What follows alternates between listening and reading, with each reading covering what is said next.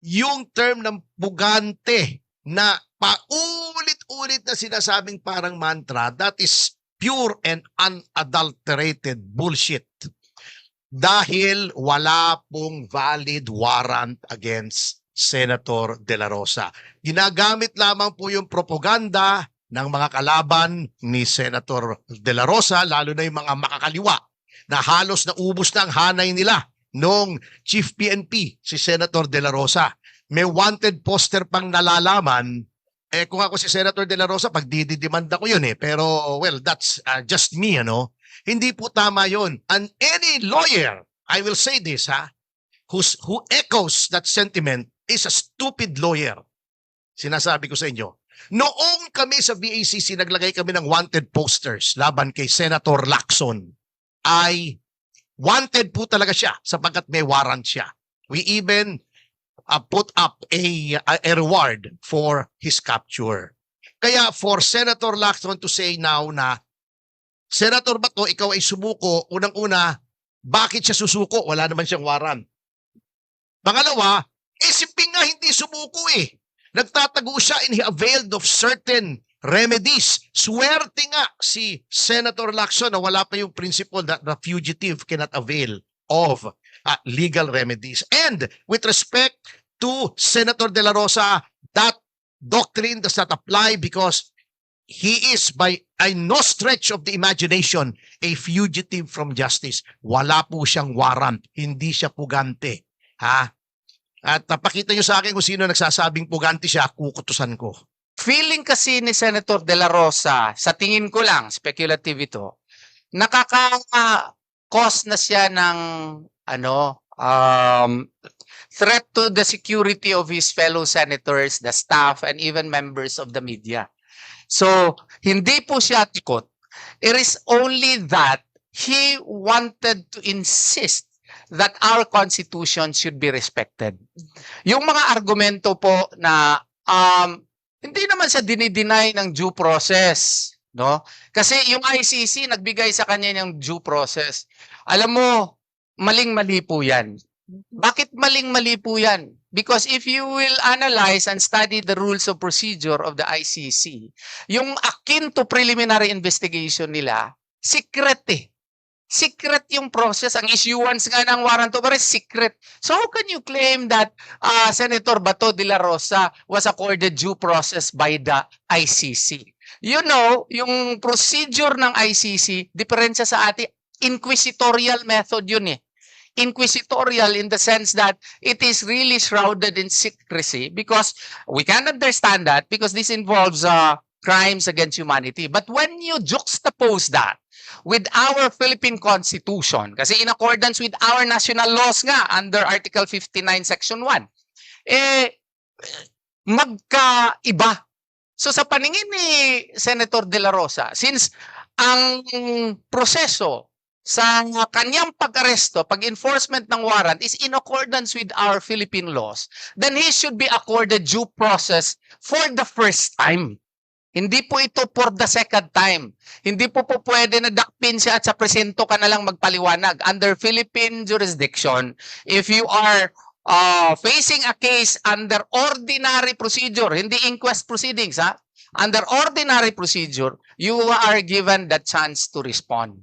So yun ang ating ang sa mind ni Senator De La Rosa, nakaka-hassle na siya sa kanyang fellow senators, yung security nila is under threat na, sa mga members of the media under threat na, no? At madadamay pa sila, kaya hindi siya nagtatago.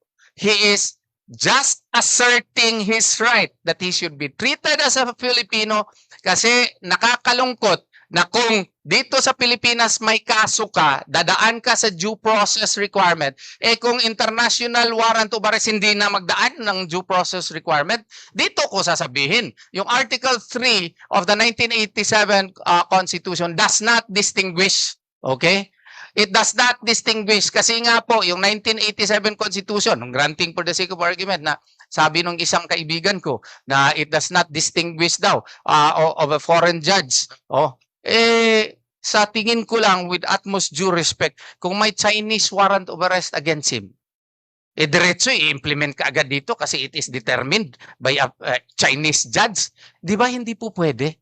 Kailangan talaga dadaan yan dito sa ating procedural mechanism, sa ating constitution. Since our 1987 constitution, in accordance with Ho versus People, yung determination of probable cause for issuance of warrant of arrest is non-delegable.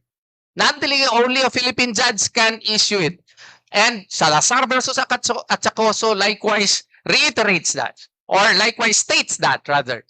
So, kailangan sumunod sa ating local proseso. Yun po ang nasa isip ni Senator Bato de la Rosa. Kaya hindi siya tumatakas. He is asserting his constitutional rights.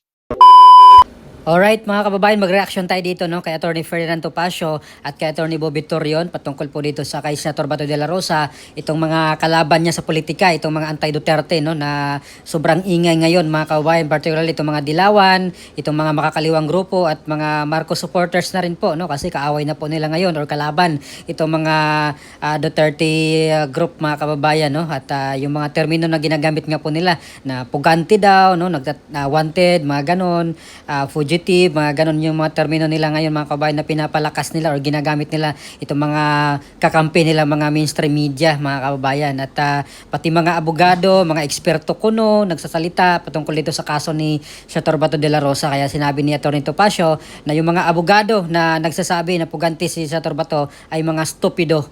Kaya yun po yung tawag sa kanila no, or sinabi ni Atty. Topacio sa kanila mga stupid na mga lawyers na nag-i-echo dito sa term na pugante daw si Senator Bato de la Rosa. At para po sa aking opinion, hindi naman nagtatago si Senator Bato de la Rosa kung dito po siya sa Pilipinas no, ikulong or dito lilitisin yung kanyang kaso no mga kabayan. Ang problema kasi yung ICC warrant ay wala naman pong jurisdiction nga at ilang abogado na rin po ang nagsalita dito na hindi nga dapat ito sundin no, ng Philippine government dahil meron din tayong sariling batas at gumagana naman ang ating mga korte dito no. Bakit hindi nila kasuhan dito no si Senator Bato de la Rosa, pero itong pinipilit nila ngayon yung ICC kasi gusto nilang maging kagaya kay President Duterte no, na basta-basta na lang nilang ikinarga, isinakay doon sa eroplano at inilipad doon sa Daig, Netherlands mga kabayan. At klarong-klaro naman talaga yung kanilang ginagawa ngayon dahil sa politika no. Gusto nilang talagang hipahinain or wasakin yung mga kalaban nila sa politika mga kababayan.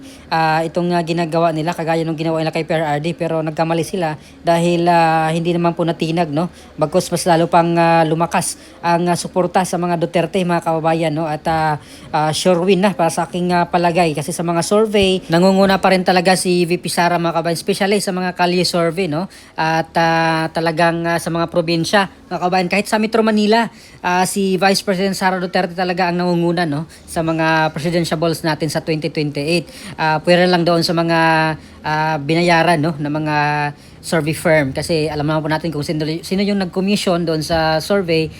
Kung halimbawa yung politiko nagbayad, syempre favor doon sa kanya yung resulta mga kabayan. Pero si VP Sara ay never po na nagbayad no ng survey or nagpa-survey dahil sabi niya unang-una mahal ang magbayad ng survey, kaya talagang diretso sa tao yung kanyang pangampanya mga kababayan. Kagaya po nung kay Pangulong Duterte noong 2016, wala po siyang makinarya, wala po siyang mainstream media na hawak no, or wala pong mainstream media talaga na katuwang niya no. Pwera lang doon sa SMNI mga kababayan na talagang sumuporta sa kanya mga kababayan no. At maging ngayon kay BP Sara, wala po siyang kakampi ng mga mainstream media, talagang full force no yung mga mainstream media dito sa pag-atake sa kanya, pagsira sa kanya, itong confidential funds, mga ganyan, dito sa kanyang impeachment.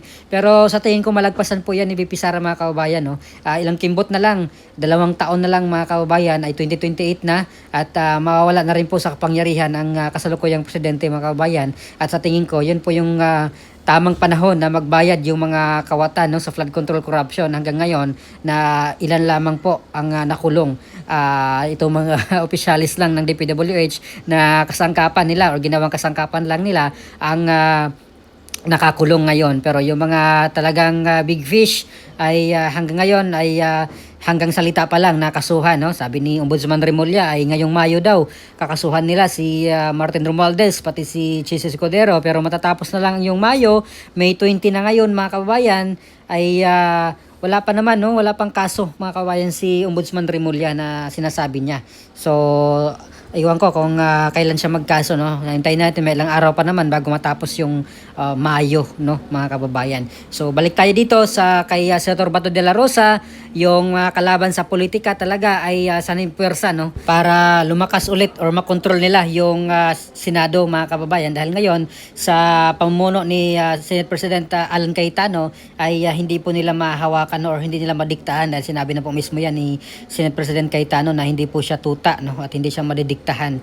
Kaya ngayon, yung bagong chairman ng Senate Blue Ribbon Committee na si Senator Pia Cayetano, abangan natin kung kailan mag-umpisa ulit, no, yung investigasyon dito sa flood control corruption, mga kababayan. At naniwala po tayo dyan na yan yung talaga yung pinakadahilan kung bakit gusto nilang kunin itong si Senator Bato de la Rosa, no, para hindi lang matuloy or hindi magtagal nga itong pagiging Senate President ni Senator Alan Cayetano, no, para makontrol ulit nila yung takbo ng Senado, mga kababayan. At itong flood control corruption yung kanilang iniiwasan, no, hindi yung impeachment, kasi gumagalaw na, no, nagumpisa na nga po sila dito sa kanilang ginagawa ngayon sa Senado, ang impeachment court, no. Ang Senado ay nag-convene na at yung mga nagsasabi na dahil sa impeachment daw kaya napalitan si Soto ay hindi po yan totoo, mga kababayan, no. At ito nga si Senate President Cayetano ay agad-agad na nagpa-convene, no, itong Senado para umpisa na yung proseso, at natanggap na nga po ni VP Sara yung summon sa kanya dito sa kanyang impeachment trial na, mga kababayan. So hindi po yan yung dahilan. Ito talaga ang flood control ang kinatakutan nila. Baka marami pang mga pangalan yung hindi pa naibulgar at baka mapilitang mapatawag, no, itong mga pinangalanan na mga involved dito sa flood control na hindi pinatawag ni Lacson. Magkaharap-harap na po yan dito, mga kababayan, kaya excited na po tayo, no, na mangyari yan. Yung araw na yan dumating na magharap-harap sila Martin Romualdez, yung 18 Marines or yung 18 ex-soldiers na nag-deliver doon, no, ng mga mali-malitang pera doon sa mga bahay nila, pati yung mga kasabot nila sa DPWH, mga kababayan, no. At yung Cabral file sana ay mailabas na rin, mga kababayan, pati itong maglolo na Bersamin ay sana ipatawag din po yan sa Senado, mga kababayan, at magkaalaman na talaga kung sino ang mastermind or pinaka-mastermind dito sa flood control corruption. Kasi malapit na ang tag-ulan, mga kababayan, no? Nag-umpisa na nga pong tag-ulan, no? Pero habang palapit yung June hanggang August, yan talaga ay baha dito sa Metro Manila yan, kasi habagat time yan dito. At matitrigger na naman yung mga tao, no? Galit na naman yung mga tao.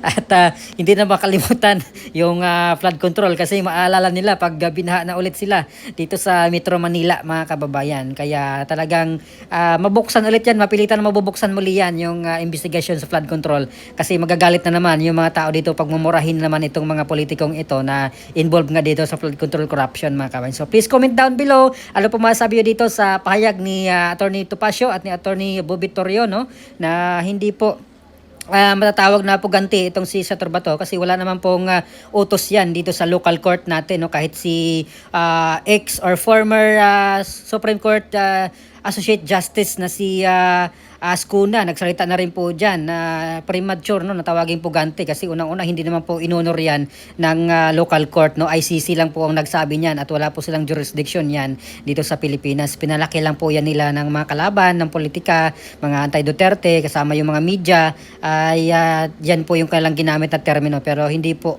pugante si Senator Bato. Nag-iingat lang po siya, umiwas lang po siya dahil unang-una magulo na sa Senado at ayaw niya madamay yung mga kasamahan niya doon sa Senado, kasi talagang hindi po siya tatantanan, mga kabayan, ng mga otoridad, no, na kukunin talaga siya doon sa loob ng Senado. Kaya nung nangyari nung Wednesday ay ayaw na po niyang maulit, kaya siya na po yung umiwas, umalis na rin po siya doon sa Senado, mga kababayan. Nakabinbin naman yung kailang petition nga dito sa Supreme Court, mga kababayan, although na deny yung kailang TRO na hiniling dito sa Supreme Court, pero hindi po ibig sabihin niya na wala na pong pag-asa, kasi yung TRO lang naman po yung na-deny, no. Yung principal nilang petition or main petition nila ay nandun pa naman at hindi pa po napagdesisyonan ng Korte Suprema, mga kabayan. So ano po masabi dito? Please comment down below. Maraming salamat. God bless po sa ating lahat.